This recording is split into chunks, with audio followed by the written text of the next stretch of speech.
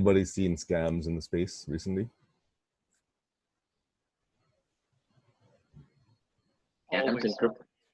Scams in crypto? I thought it's anonymous.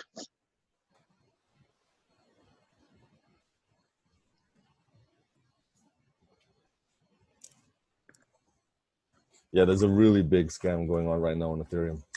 I'll be talking about it. It's been going on for a while, actually. And he doesn't mean Ethereum 2.0. No.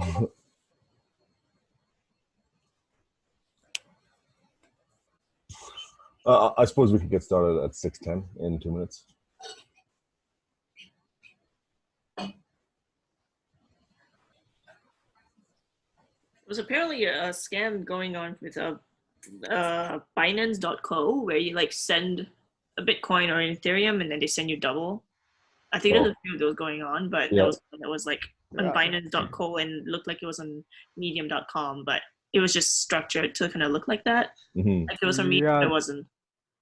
There is also for Ripple X, and I got bid on that one because what these guys actually do is they wait for some kind of announcements or quasi announcements, and then they write on that. So, you know, it's these guys have a lot of patience and time. Double your Bitcoin is a classic scam. Yeah, that kind of warns you right there. Did Elon Musk ever did it? Did he ever do it? Do what? Where it was on Twitter. I think it was earlier this year in February where he posted on Twitter. At least if somebody hacked into account and somebody and anyways, it was from his like actual like blue checked account where he told people to like send in like their Bitcoin and or Ethereum and send them double. And apparently on Twitter, like there was a bunch of people saying like, "Oh no, we got it." Was that a real thing? Yeah, that was real. There was some sort of Twitter hack, and then they basically managed to tweet out as lots of famous people from their accounts saying, "Send Bitcoin here and double your Bitcoin," and it was really crazy. There's like a lot of famous accounts, and then they didn't actually end up making that much Bitcoin relative to the amount of celebrity power they managed to hack. So. But it's a good example of how when people only half pay attention to the news, they think that in itself was a Bitcoin scam. And it wasn't really a Bitcoin scam. It was more like a Twitter scam just for Bitcoin. Right. You understand the difference, right? Like it's like scamming you for your dollars, right? There's nothing wrong with Bitcoin because that happened. You understand what I'm saying? Some people who just kind of peripherally pay attention, like a lot of the people you probably know, the people who don't come to these meetings but know about Bitcoin, they hear a story like that and they say, "Oh, see, told you. Bitcoin is a scam, yada, yada, yada." Yeah, you understand what I'm saying? And they don't understand the intricacies and they just lump it all together. Well, there's even Bitcoiners right now who would probably say Ethereum's a scam because it's harboring one of the biggest crypto scams. Well, everybody likes their own crypto. And you know what I always say to that is people who always point to the cryptos and say, "Oh, look, it's used for crime, it's used for trading drugs, this and that," and I say, what do you think the US dollar has been for decades? Exactly. Right? Like every scam going on is done in US currency, like eventually. Yeah, but the beauty that we'll talk about some of that tonight. Yeah. So, Leo, do you want to kick it off? Okay, so hello everybody. I'm Leo. I'm one of the troublemakers of Bitcoin Bay, and I'd like to thank everybody for coming to our meetup today. If you have a problem seeing me, I'm upside down. Just turn your laptop or your phone upside the other way, and you can see me just right. So the reason why we actually brought this topic on was because there's always scams in the space, whether it's Bitcoin, crypto related scam, or just a standard scam. So the idea is that scammers are always looking for opportunity.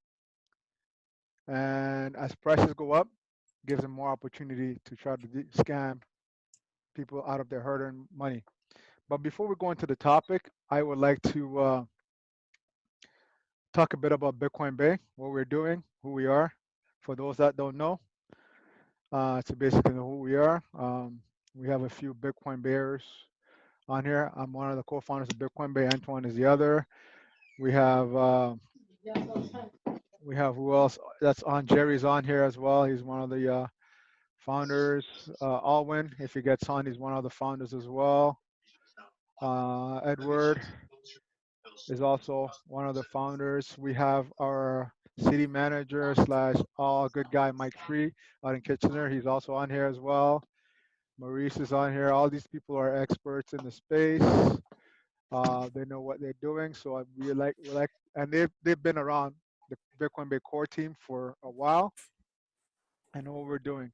So what does Bitcoin Bay do besides meetups? We're known for meetups, but we do more than meetups. We do consulting. Basically, we walk you through the process of structuring a crypto trade from a chart perspective, help you research exchanges, which coins to use, what coins to look at, how to actually look at coins, how to research companies behind coins. That's our consulting arm. If you have a startup idea, we can also help you with use cases. You know, how to actually, if your use case warrants using blockchain, or better yet, stick to a database, we'll kind of walk you through that. Also, we do the investor pitch thing with BitAngels, as well as actually we are doing some development work internally as well as with partners outside. So we will be within Q1 2021, hopefully coming out with our own quasi wallet slash something creative on the development side for the community as well. So please pay attention and look out for that. So we do a lot more than meetups. We are a lot more than meetups.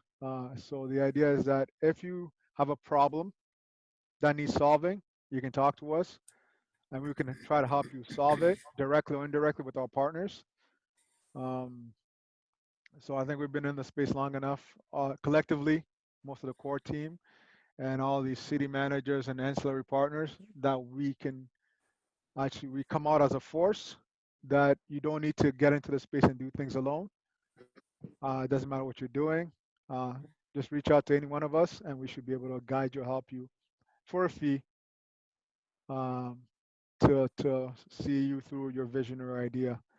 So that's, I had to get that out of the out. That's the pitch deck for our services, what we do, and the reason why you should contact us. So that said, you can always talk to me anytime via Meetup, email, what else, phone, what else, LinkedIn. Just don't be because I ignore a lot of people on LinkedIn if I think you're a scammer or something. So just say, yeah, this is so and so from the meetup or referred by this person, and I'll quickly reply back to you as well. So that said, Antoine, you ready to start? Yep, go ahead. Okay, I'll start. So something interesting happened.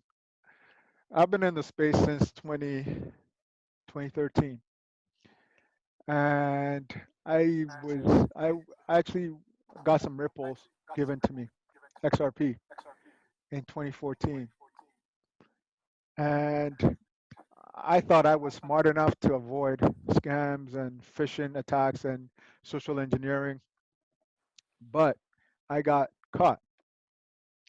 I go, if me, a person has been in the space that actually knows, my background is I work for one of the banks and we go through all this garbage about phishing attacks and all these things and protecting your identity and whatnot. If I can get easily fooled or quasi fooled, and I thought I followed the proper processes, then what's the average person that is not in the space or just caught into the space? What do they have to save them from the pain and angst that most of us or some of us have gone through? And internally, we were discussing this, and we go, well, the best thing is information and educating each other, and coming up with a foundation where people can actually share ideas and say, okay, look out for this, look out for that. And so Antoine and I decided to actually hastily try to put this meetup together, being because prices are going up, a lot more eyes are coming into the space. People are actually trying to separate you from your hard-earned money, whether it's crypto or non-crypto. Either way, they want your hard-earned money, and some people on here might be the ones trying to separate you from your hard-earned money. So, I mean, if I was a scammer or an attacker, I would like to hear what other people are saying in order to basically mimic and mirror what they're doing. So the points that I would like to touch on before Antoine goes on is basically Ponzi scheme. What are they? Fake ICOs or ICOs and IEOs. What are they? Fraudulent exchanges, hardware wallets, and social engineering. And what is social engineering and hacking, phishing, and all that stuff. And DeFi, and how DeFi is used to pull the rug from underneath you and whatnot. So, and I think the DeFi scams and whatnot, I think Antoine is going to touch on that because he's more in. Most money out of this. Yeah, fair enough. Yeah, I went on the Telegram group and the people were saying that sort of like as a justification that it's not a scam, although it's still a Ponzi scheme. It's just a decentralized Ponzi scheme, but that doesn't make it not a Ponzi scheme just because it's decentralized. I mean, ideally, I think as a community, one thing we can do as an exercise actually, because Antoine has actually started the ball roll, and we can as a community actually start to actually tackle this and actually go deeper in and see how the structure is. Yeah, we can. I could start a group, and then we can. No. I did a quick Google. So the Forsage.io is owned by some guy in the Philippines. So and then I just posted it in the chat. So he's apparently SEC is actually after him. It looks like. So it's not decentralized. Any Ethereum. The website is not decentralized, but the smart contract is. No, because I'm saying what I'm saying is that the smart contract, because in my head is this. Because there's no benefit. I mean, you can all smart contracts technically are decentralized, right? But as I write a smart contract, I can make it so that in part of the services that a smart contract runs is I get some compensation for it. Yeah, you can, but they didn't make it in the case of this smart contract. Again, I'm assuming I can you show you reviewed guys the code. No, yeah, I guess you reviewed the code and. Yeah, the code is there's no owners or anything. Mm-hmm. They just put it up there and they just set it off. Yeah. See, this send evidence. There's no owner or anything here. There's no admin fees of any kind. So in the because I guess I'll take a look at the smart contract. If there's any, does it include any inherited contracts or libraries as well, or just that's just? Nope. This is the full thing right here, I think. So there's no inherited libraries. That is just the code right there. Yeah. Yeah. Yeah. It's a decentralized Ponzi scheme.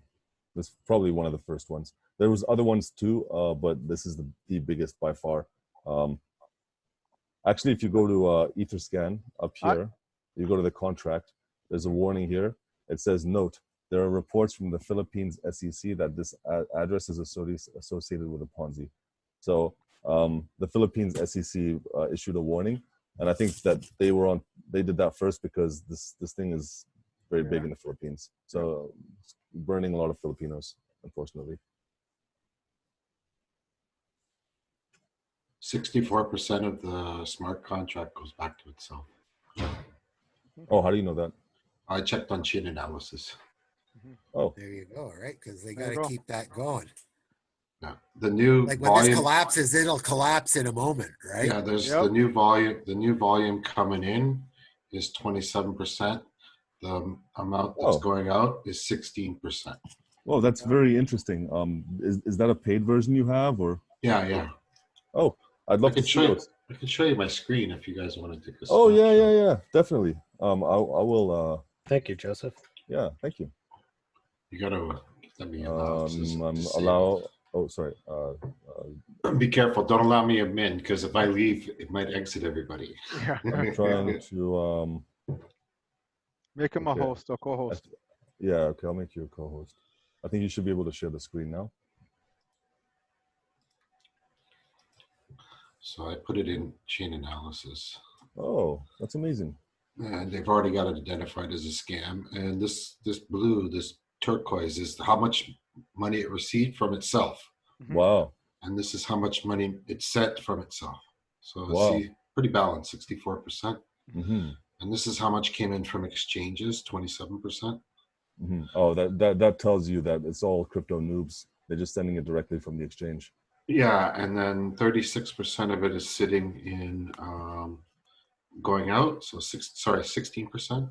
And then there's this unspent. So this is the people that haven't cashed out yet. So that's probably the majority of the funds that exist. This is 21 million. I don't know if you can tally up the cost. Hey, Antoine, quick question. What? So let's say I basically started, it's a decentralized, but my addresses are on top. I'm one of the guys that created it, right? Yeah. So my address is on top, so I have people underneath me. As long as my addresses are still on top, as much as it's decentralized, and I can take part of my portion and put it back in. Once it gets big enough, I can always pull my my portion out, right? Well, it's the funds aren't even stored on the smart contract. They'll always be in your address. They just the smart contract sends the funds directly from address to address. Yeah. So so this one's sent and received 706,000 ETH. Wow. Yeah. So that's a lot. Over 7 million transfers, 4 million withdrawals, 3 million deposits. Wow.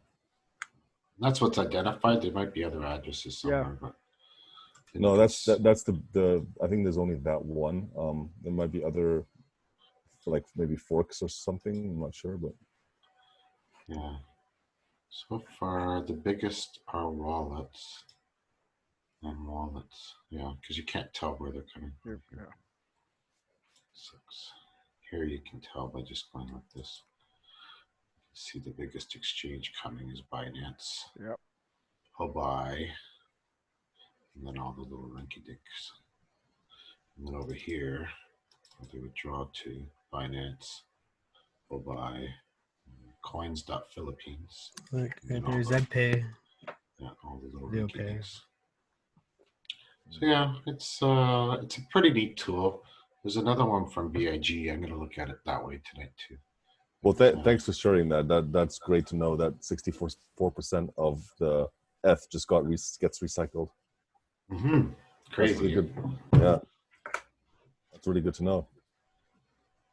Man, I went into their Telegram group and I was calling it out as a Ponzi, and people were getting really mad at me. They're like, "We worked so hard on this. We're like putting all our sweat and blood into it," and you know. Well, you know what I'm just thinking, looking at that. Yeah. Did I interrupt you, Joseph? Go ahead. Sorry, no, I'm done. I was just demonstrating. So there's lots of crypto tools. I'm a crypto compliance geek, Camlo for a crypto exchange. So I get certain little tools that I can use to do different things. Which exchange? Great. BitBuy. Hey, good competitor. Me, Jean-Marc. How are you? Jean-Marc, I know you, Jean-Marc. What do I do? I even recognize your voice. Yeah, absolutely. It's actually serendipitous you guys are doing this today. I actually have a meeting with the Crypto Defender Alliance on Wednesday. I actually work at CoinSquare, guys. I probably have dealt with the most fraud, exclusive of Joseph this year. Stopped about almost 1 million, I'd say, in fraud. Wow. So, you guys talk about a lot of these scams, and they're not going after you. They want to go after the easy targets. And what I'm seeing is the same old bullshit scam all over again. And the biggest one I've seen is the cloud mining and we'll trade for you. They used to do it for binary options, the Forex exchange, those kind of scams. And they play the long game. I know someone who lost $1 million. I personally caught it before anything happened with us, but I heard later on that they had lost $1 million to this person, and they had met them on an online Scrabble website. Guy had the audacity and foresight to go after the elderly and figured Scrabble would be a great place. Chatted it up for months on end. They give him the time and attention, and she ended up sending over $1 million. And but these scams are, it's a very long and complicated scam. You know, a lot of people are interested in crypto, and the first thing they do is Google, like, how do I do it? And these people are very, you know, they have phone numbers you can call, and they will be very nice to you and really hold your hand throughout the whole thing, even to go as far as help you through installing AnyDesk on your computer, which is then their way of actually getting access to your computer and hiding their IP address. And then they end up teaching you everything, holding your hand, you know, whereas, you know, my mom asked me how to buy Bitcoin, and I'm like, okay, I'll call you tomorrow. You know, you just put it off. But these people give them the time and day. They're not forceful. You know, if you're like, oh, I want to send 25,000, be like, no, get your feet wet first. Send me 3,000. We'll see how I do. All of a sudden, your account's growing. A month later, okay, let's go in. You know, send me more. So they send them more. Now your account's at 100 grand. You ask to test it out. Can you withdraw? You end up withdrawing, and you can look at all this. There's so many of them. They just keep recycling the same different names. And when it comes to withdraw, they'll let you take out a little bit, but then they'll give you all the excuses in the world why you can't withdraw. You're in a margin call, you're this. And what they'll do is then, let's say you're in for $100,000. I will tell you as your rep, hey man, we're in a margin call. Send me another 15 grand or you're going to lose it all. So in their mind, they're in for a penny, in for a pound. So they just stab them one more time for that last amount, you know, and it's sad. And I've seen this perpetuated. Nitrex.io, TradeNix.io, all these sites, they're extremely good. And PGI Global, Cadu Capital, Cryptobravos. I've got a list of about 300 of them. Cryptobravos, yeah, that's a big one. They coach the people too to lie to us while we're on the phone with them. Yeah, I mean, it's interesting that you both brought it up, because we have somebody that actually worked with us, and what happened was they had her install a nice app on her phone and computer, and they had her install a MetaTrader and whatnot. And I looked at her and I go, this is garbage. And they're talking about trading FX and crypto, and I go, look, I work in the financial space in my day. If you're going to trade currencies, 80% traditional currency traders, small investors lose. Yeah, but they use MetaTrader 4 though. Yeah, all currency traders use. So they make it look real. They don't have a clue, right? These are so uneducated, and these people are like holding their hands, and they think they're getting like paying for these services. Right? Yeah, and the thing is that it is a long game, like, because when you look at it, I'll put the time in and I'll invest, and I'm going to pull out $500,000, $250,000 out of these people. So it is a long game, you know. And what happens is they tell their friends, oh, look, I'm trading now, I'm making this amount of money, and that's how they get referrals as well. And it's just a game that they pull in the strings on. And everything you're describing there is all the social engineering aspect. You haven't talked about any technical aspects, right? Mm-hmm. It's just the psychology of it. No, getting access to your computer, like, because you don't know how to do it. So they install those programs like AnyDesk. So now I can control your computer. I control your emails. I control your banking. It's all social engineering. Yep. Yeah. But I have seen backdoors. I've heard of backdoors where people walk away from their computer, left the computer logged in. So keep this in mind, guys. Guy left his computer logged in, went to go make breakfast for his child, came back, all his coins were quickly withdrawn. Yep. Yeah. Within half an hour, he said, and he was you know, he's so perplexed. I said, you have a backdoor on your computer, most likely. You know, that's it. And he said everything came from his IP, because you can see where the logins came from, and you know, just you never know. Keep everything offline. Anything that's online, like right there. How do you work against somebody who's willing to let a stranger? I know you say they work them very well, but this guy wasn't even being frauded. He just had a worm on his computer. Log out of your stuff. Just like a heads up to everybody. Log out of your stuff. If you're from your computer. I mean, just remember, all our computers are on all the time, connected to the internet all the time, right? Most people don't unconnect or once they get close to a Wi-Fi that's close to them, automatically connects. So, I mean, these things we take for granted, but it opens up doors and opportunities for attackers to be able to exploit. Oh, there's many future exploits we haven't heard of. Yeah, there's Taking tons coming. advantage of that stuff. Hey guys, sorry, I was just trying to get my. Yeah, there's tons. Hey guys, sorry by the way. Hey, how are you, everyone? What's up? I've been listening to this. It's been excellent. Big up to Anton. I know we had a great conversation a couple weeks ago. I'm just gonna give you my analysis because like I've been seeing these scams and I hear I'm hearing all the scams, but I've actually seen the effects of the scams that have been happening, and that's one thing that I think needs to be talked about. The first thing I wanted to point out was I've watched a person actually put money into the machine for those phone scams, and I noticed they actually go for immigrants, people who are new to Canada, because obviously you can pawn off that you're the RCMP or you can do this. They're scared. They may have their papers, whatever. So I find that most of those scams are pretty much directed to people of immigrant status.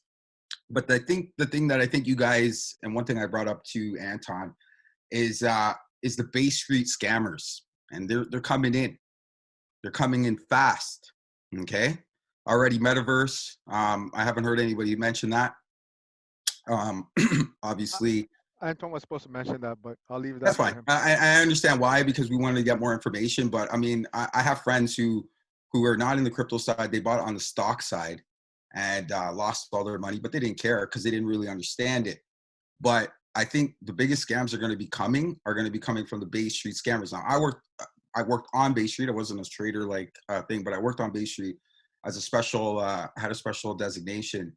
And, you constantly saw these scammers coming in, and, I'm a billionaire. I remember there was a woman and a man, and they lived in the Hilton for like 5 years. And they were telling people that they were like big scammer. They ended up scamming people for $200 million. That's nothing compared to what they're scamming people now. Right. And I think one of the things that needs to happen is there needs to be a vetting in the community, because, like you pointed out, Leonard, LinkedIn has been a good and a bad for everybody, because LinkedIn could be propped up for somebody to make them look like they've done all these things. And then when they come into the community, they talk and talk and talk. And then they're, maybe they got a little funding, and then they'll start picking out the people they need. I've personally seen a person who's worked for one of these companies, now that's not mentally well. That's because, the money's gone and the people want their money, and now they're going after the staff. Right. So these are the things that I don't think a lot of people talk about openly, because obviously there's investigations and all this stuff. But these little scams, like, the people, like, in my opinion, I think people should be more educated before they put something on their computer or they do that. But what I see is the biggest problem is watching these Bay Street scammers. I call them Bay Street scammers because they were so used to scamming people on Bay Street. But the crypto community to me, is not as hardened. So, a lot of people are coming into this with open minds, open hearts. They want to talk, they want to do all this stuff, not realizing that there's people constantly there listening and putting together their plans on how they're going to either extract something from you guys. As I said with Bitcoin Bay, and I said this to Anton, you guys have a lot of power. I don't think you guys really understand. What I mean by power is you have influence. And what that does is it attracts these scammers to people like you guys, and utilizing your platforms, whether it's the fireside chats or just being able to come to the events. They talk up everybody. They say all these different things. People are, they hear money, they hear opportunity. Of course, they're going to jump to it. But I think one of the things with Metaverse, it just showed, from what I've read, from what I know, is that, and that is to me right now the biggest scam, I think, in crypto right now, if I'm correct. It's 700. They got rid of I think they misappropriated $774 million. Are we talking about Eric Gu? Okay. That metaverse? Whoever owned the company. DNA? Yeah. Again, these people were around. They were smiling in everyone's face, shaking hands, drinking drinks. But there needs to be more vetting. And what that means is that people can't just come in and say, hey, I want to talk on this, I want to do this. You guys got to go deep, you know, not just LinkedIn or reading a couple LinkedIn things. There needs to be a little bit more vetting. I'm not sure how that would work, you know, from like a larger perspective, but from an organizational perspective, if people are going to have speakers or going to have people come in, there needs to be a lot more vetting. I mean, You know what I mean? Thank you. on our end, we try to do as much vetting as we can. Again, not motivated, especially with the community stuff. We try to do as much vetting as we can. That said, but again, I know this is a cop out, but we push the due diligence in the end relies on the person. And you are right, Maurice, that once people are associate themselves with us, a lot of people let their guard down, go, oh, I seen them on a Bitcoin Bay event, or they were talking about the Bitcoin Bay guys, and they introduced me. Therefore, their guard is down, so they think they don't have to do that much due diligence anymore, because they Exactly. assume that we've vetted them to a point. And that is, on our part, is, I guess, is a mistake, which we are actively looking at resolving. Whereby, I mean, we have, if people knew how many businesses we've thrown away, we've walked away from because we just didn't pass our basic smell test, Mhm. you know. And again, as human beings, things are gonna slip through our hands, and that's where now I think we're actively going to focus on highlighting scams, issues within the community as frequent as we can, just to Sure. educate everyone, also to be educated on our end as well. So Maurice, I think filtering is one of the things many of us do in the crypto space anyway. I mean, I don't think. I don't see that. I'll be honest with you. I don't really see that. Like where? Well, I'm just saying. I mean, you just said that like it's already in the community, but it's not, because, I mean, there's certain people that I know on Bay Street who are now walking around being the crypto guys, and I'll tell you honestly, they're scam artists. But I'm not gonna go putting out people's names. You know, people I've talked to personally, and I've said it. You know, like I said, I see these people. I know some of these people. You know what I mean? And like I said, the Bay Street scammers, these guys are very, very, they just play off of emotion. And I just find that a lot of people in the crypto space, they're not as tough as, you know, they're not like hardened business guys. A lot of these They're guys not are as tech guys. educated. It's still so new. People are not educated. Half the time, half my friends, I can't afford a Bitcoin. It's too expensive. People are not educated. That's the problem. I'm not disagreeing. Sorry, let me just speak here for a second. Theranos, Madoff. These are huge scams that occur outside of crypto too. I think my thing, and I'd like to talk to Joseph maybe after, I don't know what's being done after the fact, because what I see is that people get away with it because it's so easy to get away with crypto. It's like gold and cash. And I don't see some kind of Amber Alert system. I see some disconcerted efforts, but there definitely needs to be an effort across the community. This is a decentralized open source ledger. We can see where the coins are going. How do we act as a community while still maintaining that kind of decentralizedness? But how do we have that Amber Alert system? Hey, just reported by the police, this person was taken for $1 million. Please freeze these assets. How do we have that? I mean, and how do we deal with the fraud victims? Because I'm telling you, people have ruined. That person I just posted sold their house and gave that. Like, people are getting their lives ruined.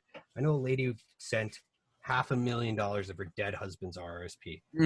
I cried after the call. They called me and they said, Jean-Marc, there's they wanted to they were telling me all about this story about this company and how it was just so crazy. I tried to explain to them like they're being frauded. They just couldn't understand it, and telling them like why. Apparently the company had told her there was a flash crash, which was true, on a Binance order book, and they bought Bitcoin at 600. She had already been taken for $500,000, but they're saying, you're such a high VIP client, we'll let you get in on this deal. We're going to sell you some of these coins we got at a lower price. They just keep taking this lady for her money. And I was trying to explain to her that, you know, $500,000's already gone, that they've taken this, and this is just another fraud. And for that $500,000, but nothing's being done in terms, like, the police have no idea. It's not that they have no idea. They know that, what are they going to do? It's already gone. It's moved.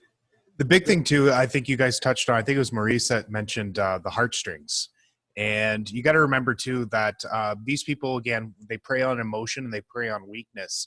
A lot of people aren't doing good right now. And they are looking for the next thing. I remember getting a message from a family member, and they said, hey, you're into Bitcoin. How about this thing here? And it was trade my coins for you somewhere in the UK.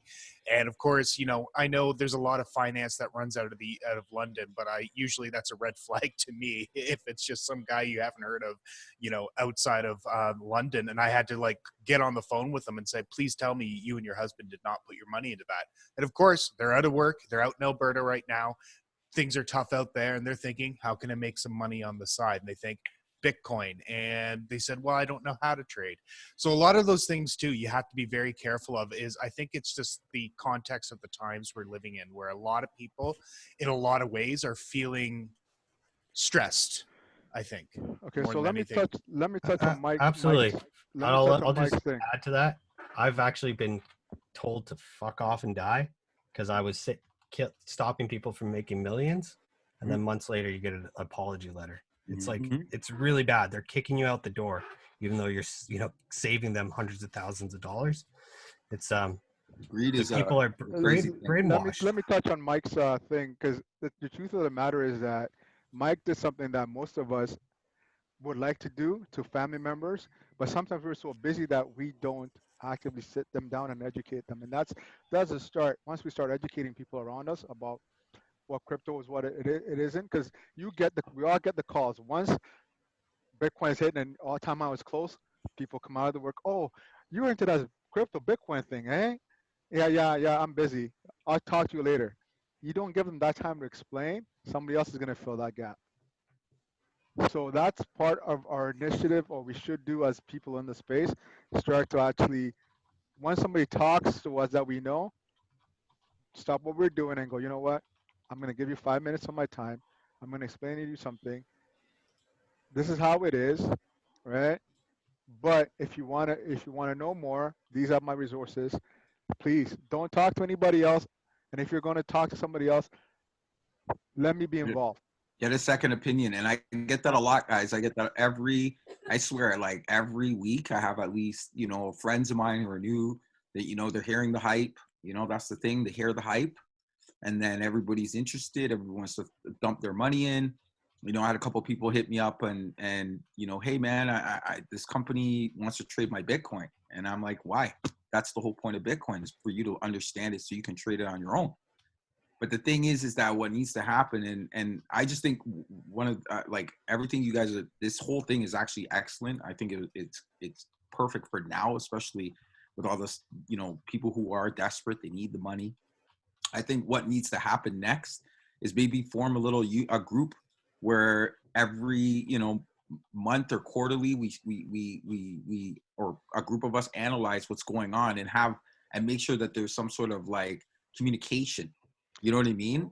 Yes, you jumped ahead of what. I'm sorry.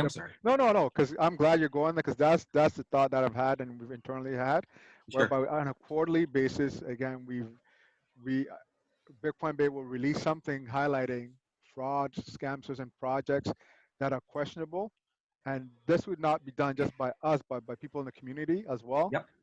Vetting and providing information to us, and we will also vet it, and then we'll send it out through all our networks and whatnot, like a quarterly report.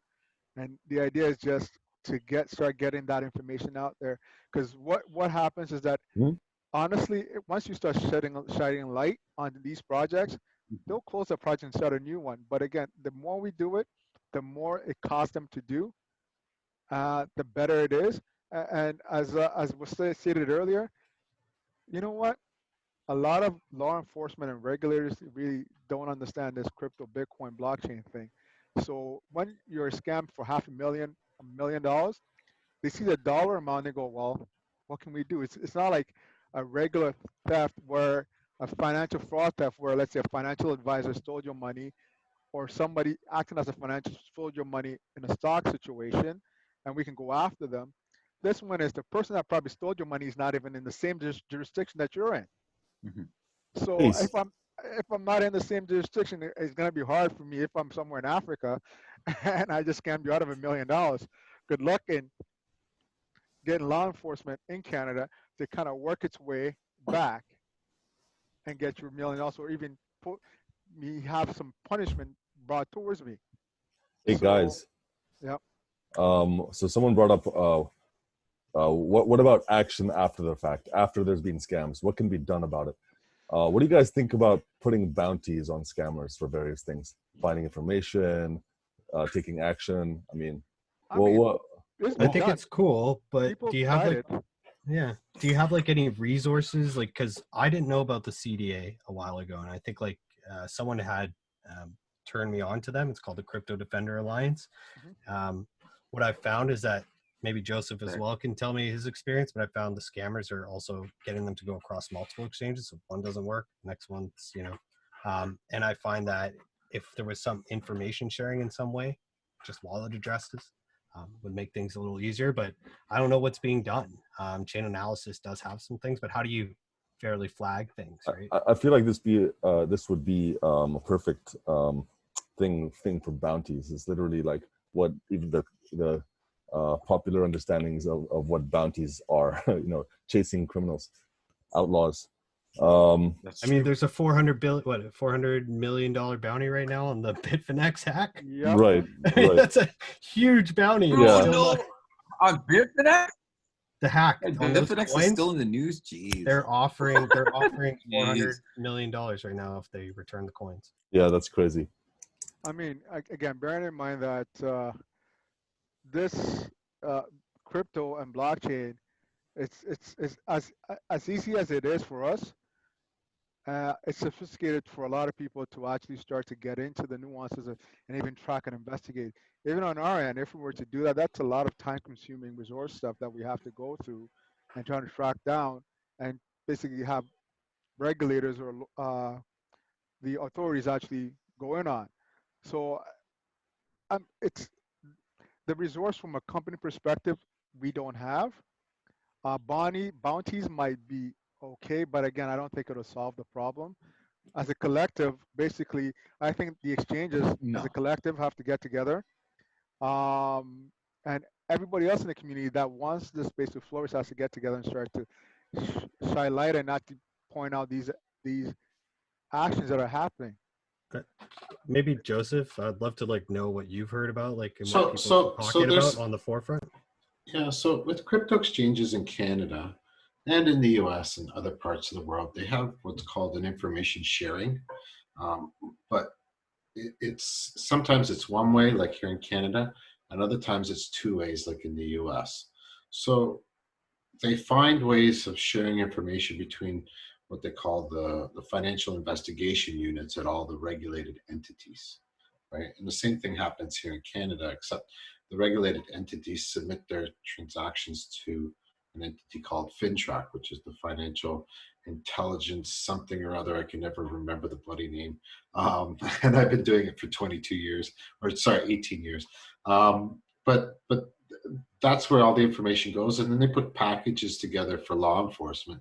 And some of it has come through. Like I know of a case with OPP, another one with RCMP, and they found tens of millions here, a couple millions there, and they've liquidated.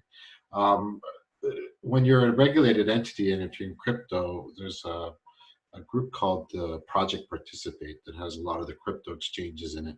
And we meet like once a quarter, like you're saying, chat about things, try and figure out where we're going next. But the reality is all of us are using different tools to trace crypto, like chain analysis, because they do a lot of investigative work. By matter of fact, they just got $100 million to expand their operations and technologies and things that they do. Like Monero you're talking about from the government, the 100 mil? There's lots of things. I don't have That's any what I on the read, top that of they were given $100 million to develop like better tools to look into Monero transactions. Yeah, they're giving a lot of money for a lot of things, but they do a pretty good job. There's Elliptic, which is another tool. There's Blue. There's tons of them. I'd say about 12. Only really 2 or 3 good ones. The rest of them are all supplementals. But they give you an insight into things like the dark web scams, because what they are is a collective of all the clients coming together and reporting this stuff. Has it been successful? Somewhat. I've seen it somewhat. But could it be more successful? If I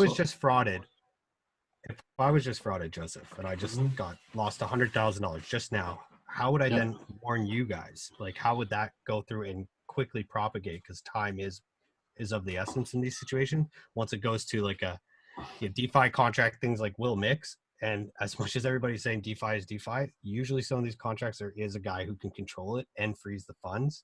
And I'm just finding that like this information is not disseminating. I was able to stop somebody losing more money because he told me he had sent money to another exchange. So I said, I know the guys there. I'll give them a call. I called them and I said, hey, this guy, I'm going to give you, he said, please make an intro.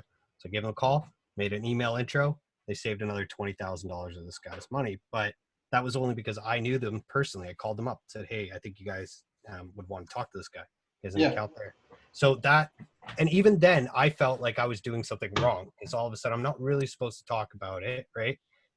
With other companies, but I felt that, and maybe you could tell me I probably did the wrong thing and like I probably could have gotten a slap on the wrist and fired for that.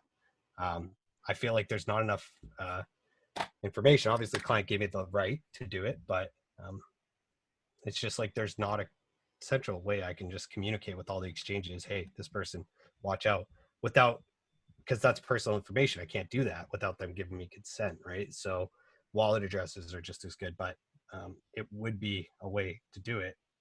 And it would be great to talk with people. So I'm actually making a lot of effort right now to connect with people in this industry. So I'd love to have you around, Joseph, if you can give me 10, 20 minutes of your time every month or so. So I will be putting an effort to have something like this. They're talking RCMP, getting those people involved so that there is a better communication method. It is crypto and it is very, it's a public ledger. We should be able to act on these quite quickly.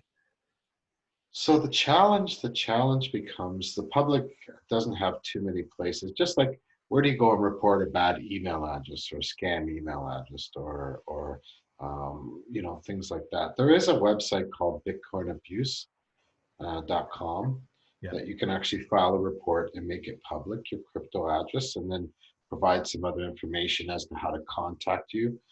Maybe say, catch me on my Twitter handle or DM me on my Twitter handle, because that's public, right?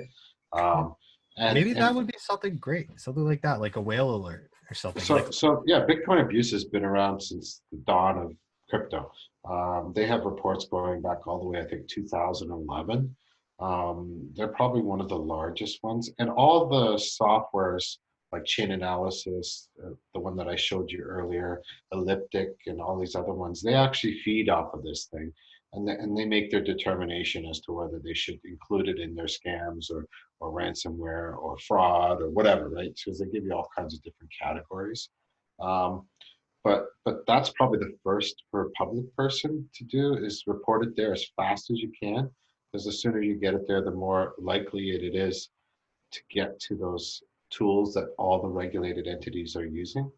And that's assuming the scammer uses a regulated entity.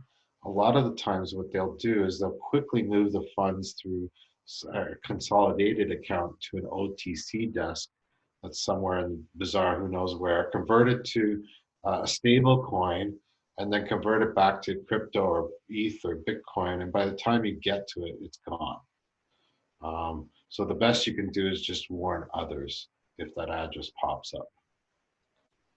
Does that make sense? Are there any unregulated in the exchanges now in Canada? I thought they were Canada, they're not allowed to be. There are still some operating more on the darknet side. I don't know if you know, but we actually have the Canadian headquarters market, which is a darknet. You can actually Google it and they'll give you a peek. But if you really want to see all the juicy stuff, you better get a Tor browser on an isolated machine and check it out that way. But they sell everything: sex, drugs, rock and roll, ID, weapons, drugs, you name it, right? So I think that's, as a community, that's the easiest thing to do. And if you want to get into that, there's a software you can put on a USB called Tail. Basically, it sets up everything for you, so you can actually. Oh God, that thing's so slow. I have a friend of mine who set it up. I just have a different computer, completely set up on its own. It's that's all you need. That's good. You can do it that way too, but if you want, just put on USB. You don't need it that much. It's true. It's just I have a problem with the USB potentially accessing the hard drive. You actually have to rip out the hard drive before you put the Mhm. USB stick if you really want to have your own separate computer, because that USB stick could Yeah. be used to get to your hard drive. Yeah, or if you disable the hard drive Yeah, in the BIOS, good then idea you won't too. need it. That's another way. So. Sorry, I talked too much. Jean-Marc. So, Jean-Marc. so No, Joseph no, Leonard, which no. site, which seller on the site do you guys recommend? And what was that site again, Joseph? I'm joking. Oh, basically, there's okay. No, thanks, Joseph. I'll definitely be in touch over time. I want to learn more about this, so I'm actually taking time out of my day to learn more about it and how it's being done right now. Yeah, send me an email and I'll put you in touch with the project participator. I think the next meeting's either in January or February. Is like Gnome part of that? Yep. Okay. So I have a meeting with Gnome on Wednesday. I just like. Oh, actually, is he in that one? I don't know if he's in that one. I know he's Crypto Defenders Alliance. Yeah, so I'm just reaching out to him. Like, I'm seeing what people are doing. Sonny, from UnoCoin, he's got Shift going on too. I'm talking to those guys for a bit, seeing how they're applying it, what they're if they're looking at doing that. A few things like that. And now I'm there's a few compliant pools as well that are popping up. So mining pools that just won't process transactions that are associated with black addresses, I guess. Yeah. Or bad addresses. Sorry. Yeah, risky. Anyway, guys, we're not trying to take up your time. Jean-Marc and I will talk separately because it's about educating the community. You guys are experts in that field, in the sense as well. Me and the rest of the guys are more on the technical side, and it's we see the attack vectors and how to exploit the attack vectors and whatnot. So I mean, I love this new one. Antoine showed me today. I'm like shocked. That thing is going to go crazy. If somebody can rip that code and replicate over and over and over again, 6 million ways to Christmas, man, we're in trouble. Dude, it's all on. It's yeah, and I guarantee you, there is an address in there that's taking a stipend. Like you guys said, they go after prey after. I don't think so. I think somebody may be involved in the initial scheme, maybe, but if they were smart and they don't want to be arrested, that's the easiest way to do it, because it's like, hey, I just created the code. I'm not running it, right? It's whoever's running that website. I mean, that's the one you got to nail. Yeah. Well, yeah, I mean that is something you can consider. I mean, I can push code out there and say, hey, you know what? Somebody took the code. It was open source, But I mean, we've seen in the spaces that, again, we have to highlight these acts. Can't touch DiFi, man. And you can't touch DiFi. As soon as somebody isolates themselves out of it, you can't touch it. It just runs on its own, man. Yeah, well, that is the case. But if nobody else, if people know not to get involved in that particular contract, 100%. But most people don't even know what they're looking at, right? That's the problem. I look at it. I'm just like Jean-Marc. I look at it from a compliance perspective. Hundreds of people a day, probably 20% of them are elderly, and 99% of them don't know what the hell they're doing. Yet they seem to know everything to say, what to say. They've been coached. It's happening, man, en masse. I mean, it's unbelievable. And we tell them, we warn them. We say, what are you saying? Investment? What kind of investment? Which website? Right? And they're like, oh, Bitcoin wallet. No. What real website are you sending it to? I'm just sending it to my wallet. I'm saying, okay, lady. And then they send $200 entrance fee. And then a week later, they send $1,000 or $2,000. Right? And that's when we nail them. Sometimes they get through, unfortunately. You can't stop them all. And sometimes they don't want to listen to you. They're not going to listen to you. And I had a guy lie to me the whole way through, hung up the phone, but he forgot to hang up the phone. And I heard he had another phone, and the guy's like, okay, so what did he say? And then I called the guy back. I'm like, I can hear you having a conversation with the other guy. You're actually being frauded. Like, why are you lying to me? People are nuts. It's greed. That's what it is. Make money. It's about protecting themselves. And I honestly think what's going to happen, to be honest, I don't know if any of you guys open up a brokerage account. Those questions they ask, like how, they're going to have these like quizzes that you have to pass. And if you can't demonstrate to me through this quiz that you know what a wallet address is, that you know this, like that, then you're going to be banned from withdrawing, or you're going to be banned from even participating in Yeah, crypto and then trading. they'll train him how to coach him and how to answer the See, questions. Yeah, the oh, for inter- sure, but it's gonna just stimulate like people who just want to answer honestly, like, oh, I don't have much experience. Oh, I can't trade anymore. It's like options, right? Yeah. You have to sign a contract. That's exactly what it is. I have a question, like maybe a stupid question. Do Canadian banks allow to send money to an exchange now, or to a Bitcoin exchange? Or Do there was a sorry, time they used to lock up your account if you do that. So they still have security on the account. So example, if it's the first time sending to one of the crypto exchanges, then they might hold the funds and wait until you contact them, or they'll contact you. But usually once you go through that first process, after that, it's basically clear sailing. You can send all you want. But crypto exchanges, most of them have banks at DC Bank, some at Desjardins, some at Royal, some at Scotia, depending on which company they are. And Bank Montreal, I think Bank Montreal kicked everybody out though. Can't If remember. I send Coinsquare still if I has send bank. $1,000 to Coinsquare, they won't lock. They don't shut down my account. If No. it's your first time, they might, or they might wait until you do a second transaction. It all depends on your risk profile they have for you. It's also manager dependent. I've had people, managers straight up deny, and they'll just have to go to another branch and they get through. Yeah. And so it's really manager dependent. They're getting tired of the frauds too, I think, is the problem. And they'd rather just not deal with it. So how do people find their Coinsquare account if they can't send it from a bank? I don't know. No, they send it from a bank. E-transfer. E-transfer and wire transfer. Coinsquare, we accept wires all day. And then there's some, E-transfer doesn't block. I thought they blocked the e-transfer when you do to Coinsquare.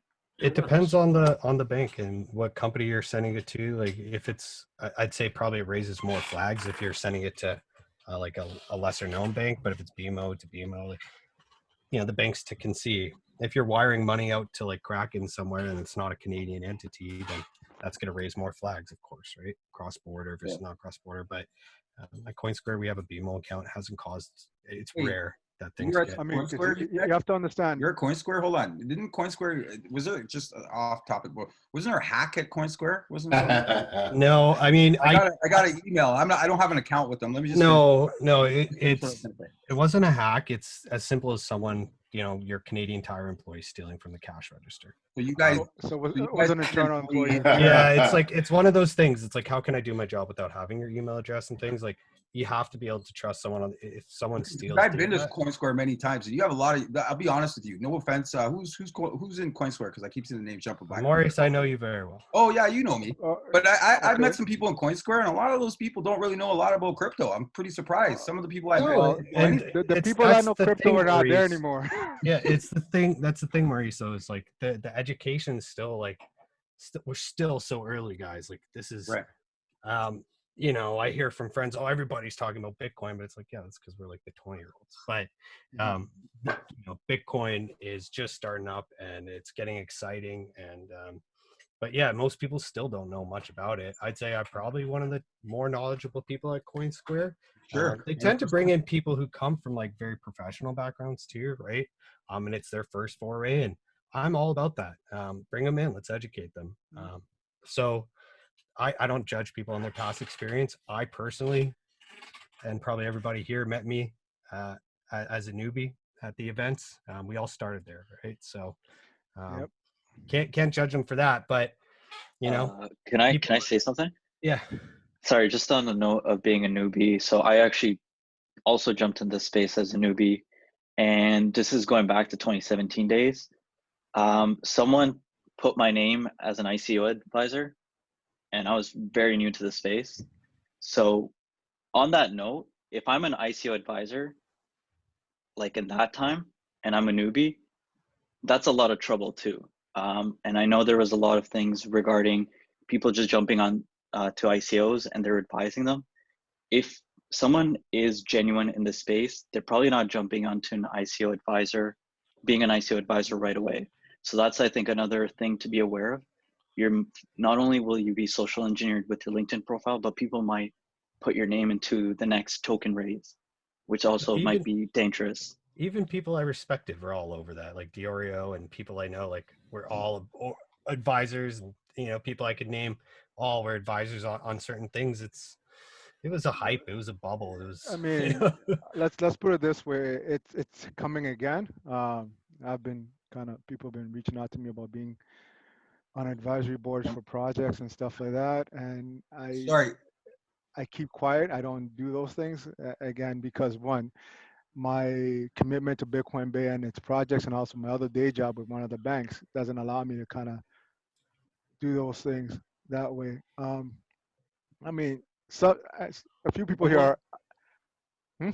Sorry, go ahead. Sorry, I was going to just say one more thing that I want to point out because I just had to cut a good friend off because of this. But you finish what you're saying. No, I'm saying a few people on this call are what we consider OGs. So they've been with Anthony before Ethereum and stuff like that, and we all know what the process was. I mean, I remember I tell the story if I get to see him again about Virgil from CoinSquare. When CoinSquare was a one-man operating entity, developers, compliance, everybody else was Virgil. And I used to bug him. I go, you're a single point of failure. He goes, da da da da da. And you know what?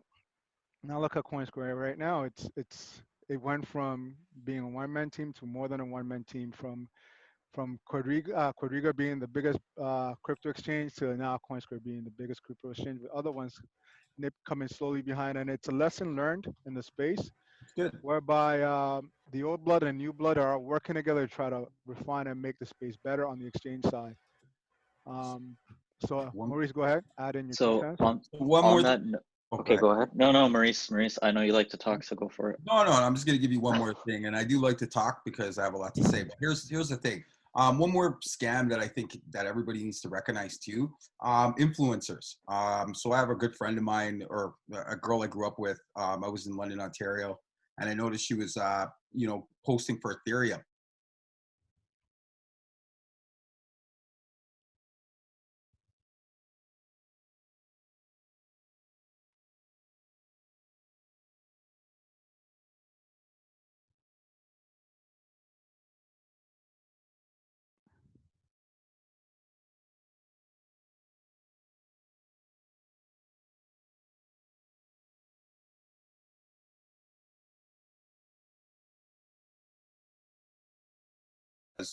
You're not getting the phone calls like you said. All you guys are OGs.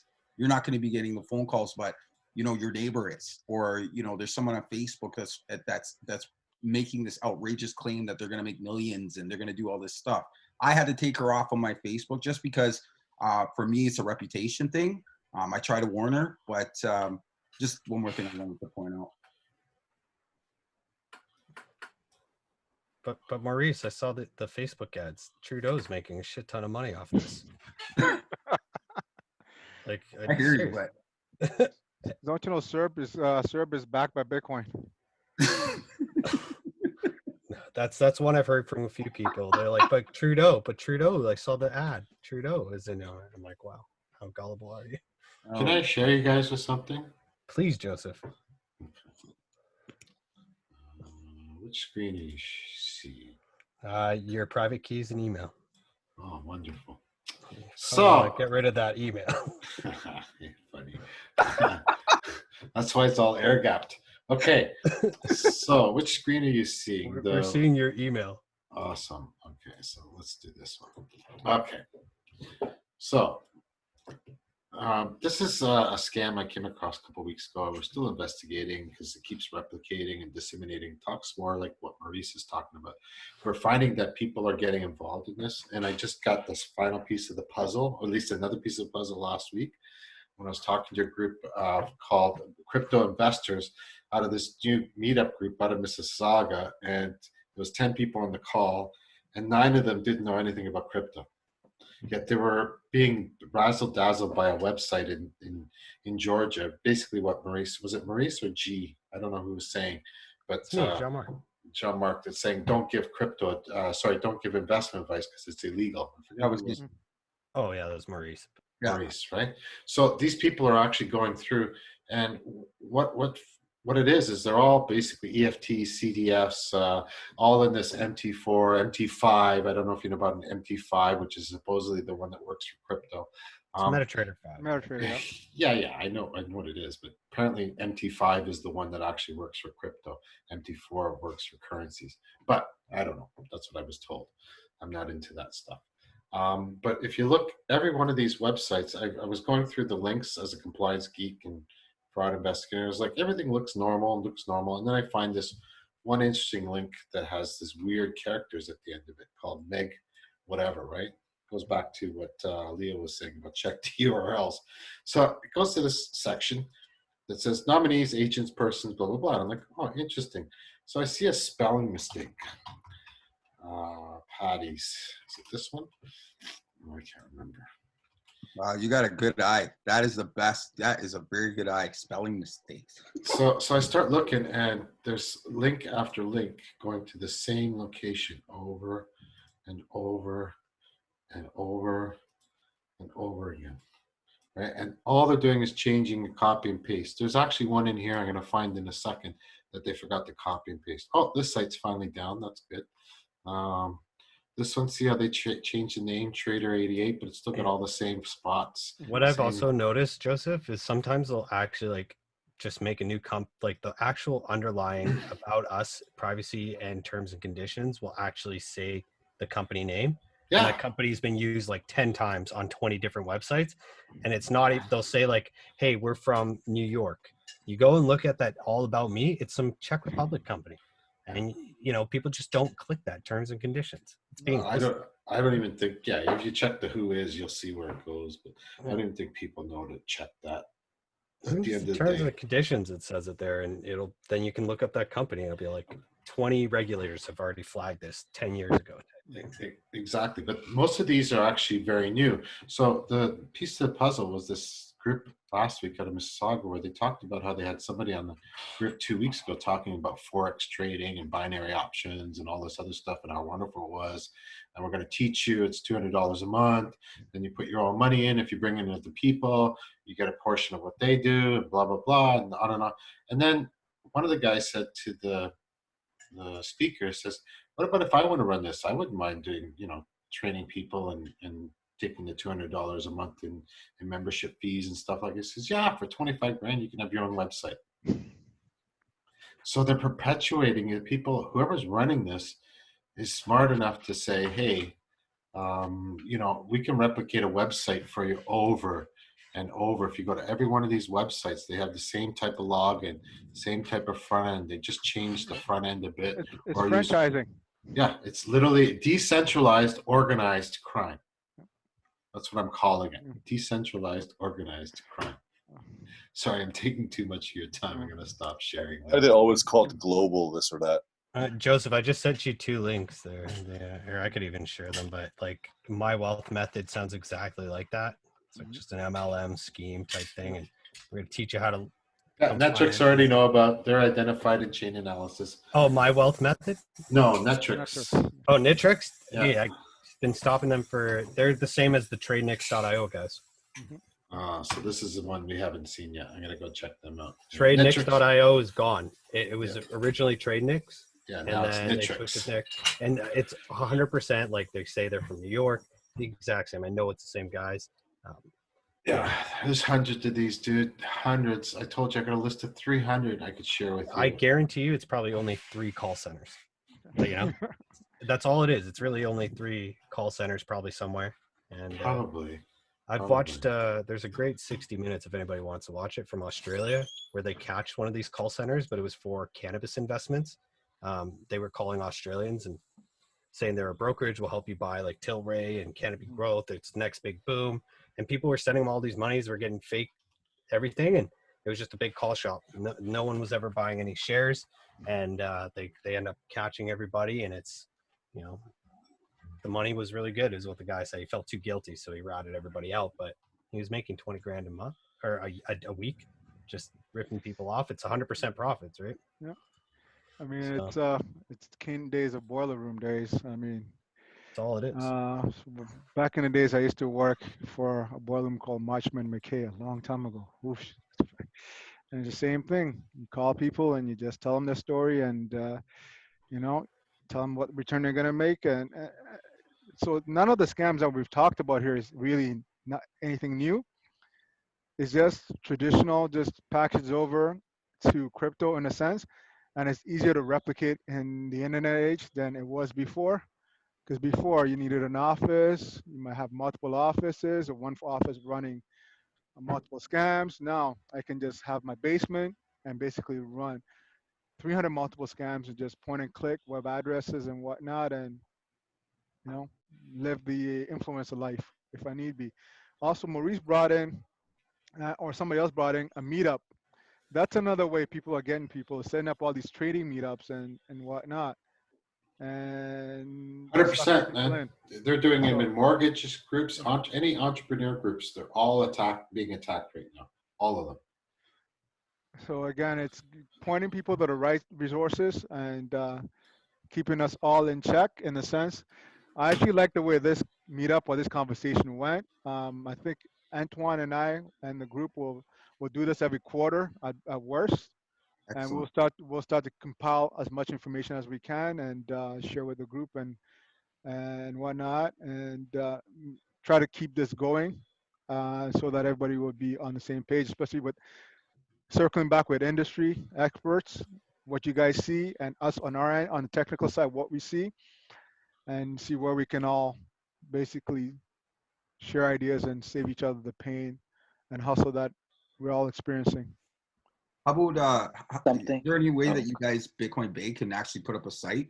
I think that would add credibility. Well, add more credibility to the kind of regulation side on your end to put out who and all these companies after extensive research. We're right now we're redoing our own website because it's kind of old, so give Yeah. us some time. All But right, I'm just adding once- that as like maybe a Look, feature or something that you can click on that people can get that one-stop resource. Hey, I want to know about the scams too. They want to weigh out their options and make sure that they're making the right decisions, you know?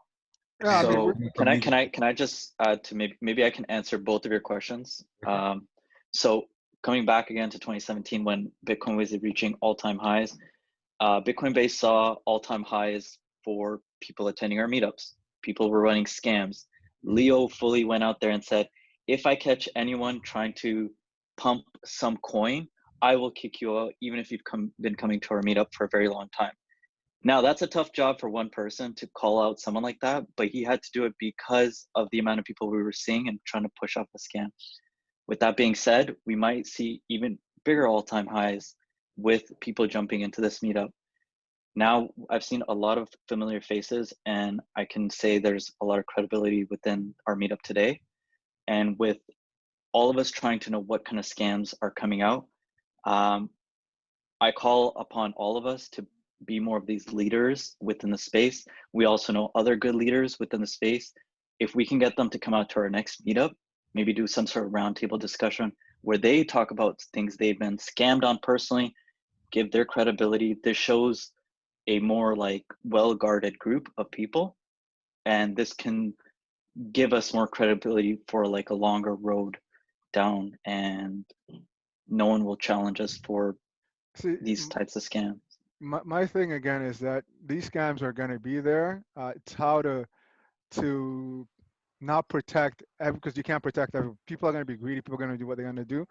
It's just making sure that we are able to identify the bad actors and make it difficult for them to actually utilize good companies, good resources like CoinSquare and BitBuy and all these other companies to facilitate all these actions.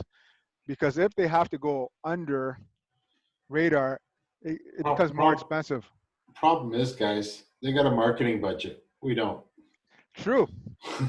Right? So how do you do what you're saying without a marketing budget? So then that becomes, the community becomes your marketing arm in a sense. And that, so as a community, we should be helping all these quote unquote identified good companies market best practices, featuring them on panels and getting them out there, getting Joseph out there, you know, because I bet you if Joseph was to go on BNN right now and talk about crypto and what they're doing and what to look out for, that would do technically more for the community and blockchain or crypto than us in a circle just having this discussion, in the sense that because it will reach the people that the scammers are going after. I think the biggest one would be the people that are scammed. If we could bring them in board and help promote, and then you can get on the BNNs, because right now most of those people that get scammed, they never call the police. They're so embarrassed. Yeah. They're so it's like being raped and nobody saw it, right? Like, you don't want to admit you got duped. It's, well, you the make thing it about look like you're an idiot. And, yeah, but and the thing I've about been it, guilty of it. I've yeah, been duped. Yep. I'm not going to say more than that, but I've been duped before. So have I, taken and that's the advantage of reason it. we're here. And so have I. I think it's and the so best. is my neighbor got duped, and she took 2 months to tell me, because she was in a, like, it's a personal thing, but she didn't tell me too much, but she got duped in Bitcoin, and she was experiencing like major depression, and she's trying to get herself out of this hole. And I told her, I started sending her resources, and I just said to her, you know, my apologies, because same thing Leo was saying, it comes back to us trying to educate as many people as we can. But, you know, at the end of the day, there's only so much we could do. So just try to spread the good resources as much as you can within your bandwidth. And if someone cares enough, that they'll listen. If someone doesn't care, they're going to get duped. And yeah. Can I ask your experience, Joseph? But what I've also seen is once people have been scammed, they Google, how do I get my stuff back? And then they end up getting phished by another scam being like, hey, we're the FCA from the UK. And it's all these like fake letterheads. Here's my personal email. Can you just make sure to move this money here and here so we know it's your bank account? And essentially they're now telling the guy, like, you got to pay us 10 grand now to get your 100 grand back. So now they're like, they're phishing the already duped, like they know they're gullible. And I've seen it, and I'm like, oh my God, how are you going to fall for it again? Like, well, isn't it the best practice of scammers to sell each other's people's information? If you've been scammed once, your name goes on some kind of list or somewhere, and you become an easier target. Yeah. And that's what we're seeing. We're seeing people in multiple scams. Like they'll try one, oh shoot, lost my money, stupid scam. Maybe I can get in earlier. Yeah. They even actually think they know it's a scam. They know it's a scam. They want to get in early enough so that they can cash out. Yep. Right? There's people like that. I've caught about 3 of them so far. I'm still watching them, but that's what it looks like they're doing. They're going to one scam, they get it promoted, get a bunch of people in, go to the next scam, start promoting a different bunch of people, on and on and on. It's unbelievable. And I see them on my Telegram group, on my WhatsApp, Facebook, LinkedIn, everywhere, man. Well, they sort of become complicit at that point. Yeah, they're everywhere. Yeah, I guess the best advice for everybody is just buy and hold your own Bitcoin. That's Amen it. to that. Tell people everything else is a shit coin. Buy and hold Bitcoin, because once you're educated enough, you're not going to be able to pick a winner. What if it ain't your keys, it ain't your money? Mm-hmm. That's the worst part is, like, we laugh at people who lose their stuff. It's like, fuck you, Schiff, you're an idiot, not your keys. But what if it turns out Bitcoin is the biggest scam of all, and it turns out to be a massive decentralized bubble? Then I'm definitely coming after you guys for providing false advice. This is not an advice. We're not providing any advice. No financial advice. You know, the thing that killed me was when I was talking to this girl, I started questioning, because she was just talking about Ethereum so much. Like, it was like, and I get it, you're excited and whatever, but then I started digging in, and I noticed her husband, who I know as well, he works for a marketing company. And I'm like, this girl quit her job to sell Ethereum? I'm like, nah, man. And then when I asked her, do you know anything about Ethereum? She actually gave me her written, like, you know how somebody has a script? Mm-hmm. And I was looking at this girl, I said, yo, you're going to go to jail. Because if people lose let's say it goes down and loses half. Some of these people are putting in, like you said, their house money, their, you know, maybe their pension, because everybody's trying to make money right now. The world stopped. You know what I'm saying? So I think, like I said, and I agree with everybody, that, you know, it's about educating ourselves, letting everybody know. But I think one of the things is shaming these people once the information is out. Like, people's names should be listed, should be on a website that, hey, this guy right here, you know, don't mess with him, or don't mess with this company, or, you know, beware of this company. X amount of people have been scammed. That's the information I think that a group like this could provide. And as it gets bigger and as more scammers come in, I mean, the list is going to continue to grow. But I'm against doxing, man. I'm worried about the legal liabilities. That I might No doxing, incur. no dog. I mean, like I could tell stories of people and names and things like that. It's just best revenge, move on. But that's I don't believe it. I don't see it any different than what the government does. If you go and you, when I owned a business and used to bring in foreign workers, the foreign worker program, they have a list. Okay, the federal government has a list. If you screw up on that thing and you bring in a worker that's illegal or something like that, your name goes on that list. Period. You sound like somebody who's been pissed a lot about a lot of things. Maurice. Huh? You sound like somebody who's been pissed a lot about a lot of things. I'm not pissed about anything. The thing is, you got to understand people, right? You got to protect your money. You got to protect yourself. You can't protect stupidity. The only thing you can do is shoot them. How are you going to do it? See, right? Yeah, the only thing you could do to protect stupidity is to shoot them. Like, there's nothing you can do. That's the point, right? Like, people are gonna be stupid. There's people that are being like Leo said, and some of the other ones. They pull on your emotion strings. They pull on your greed strings. They pull on your money strings. They pull on your heart strings. They are so good at manipulating certain people in certain demographics. All they have to care about is the 1 out of 100, right? And then they do it a couple more times and they get 2, 3, 4, 10 out of 1,000, right? And that's the way it works.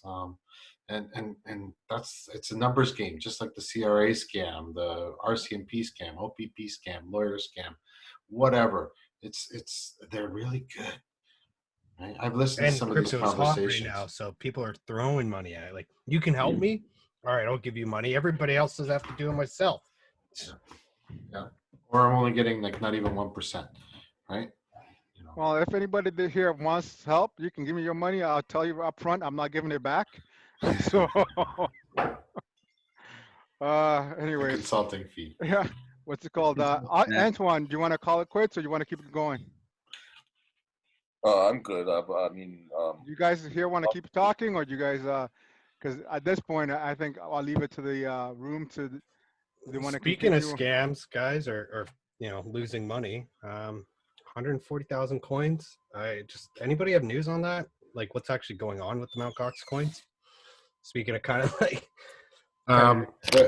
They're being released. So, for sure, like Coin Labs is not going to come back in and be like, oh, by the way, it's $1 trillion you guys owe us now. Like, no. Apparently, they've released some. Not all of it. I think it was 150,000 coins. I gotta check. 13th was like the date. I don't think they've paid any back yet. No. There's a payout. It's actually coming. It actually came. We had a few clients already receiving from Mt. Gox the distribution. Where is the article? Hey, Antoine. Yeah, you there? You're a Mt. Gox. I didn't know about any payouts. Yeah, it just happened. Oh, they're delaying it to the 15th, but we already had some people cash out. So they must have.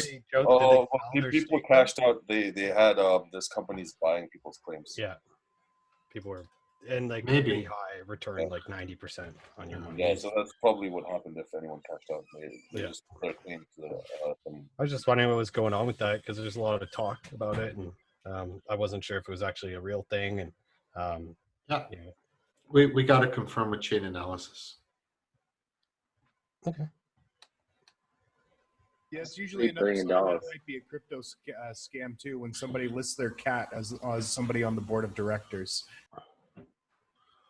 Yeah, I think what they're happening is probably they're just too much shit going out and they don't know how to properly tend it because there's been bits and pieces coming out and then it stops and then it starts and then it stops. So I think that's what's happening.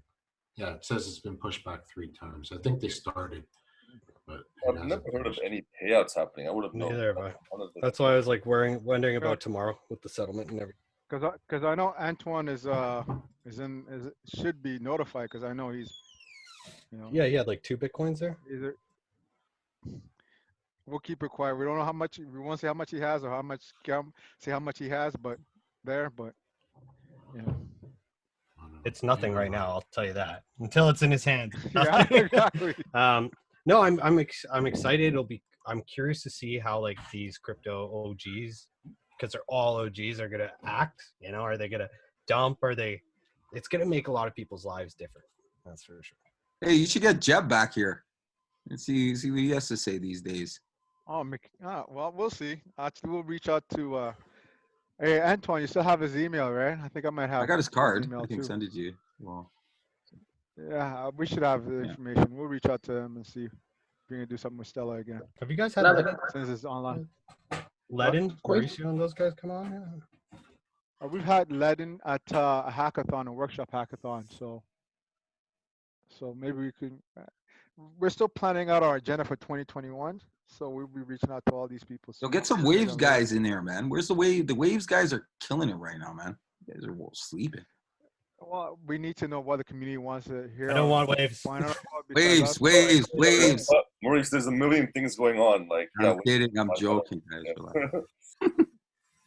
All right, guys. Well, look, I've had a great chat with all of you. I really Awesome. appreciate it. I'm Thanks, going to guys. step out, guys. Going to have some dinner, but it Okay, was a guys. pleasure talking with you all. And thanks for sharing. Yeah, thank you guys for coming in. I think we'll cut it off here. I think I recorded most of the conversation. We'll see if you can edit it and put it online, and for people that missed it. And again, thank everybody for providing such great content and sharing ideas. And again, we'll do this again sooner than later. Later, guys. All right, guys. Have All right, I'm a up. great day. All right, bye-bye, everybody.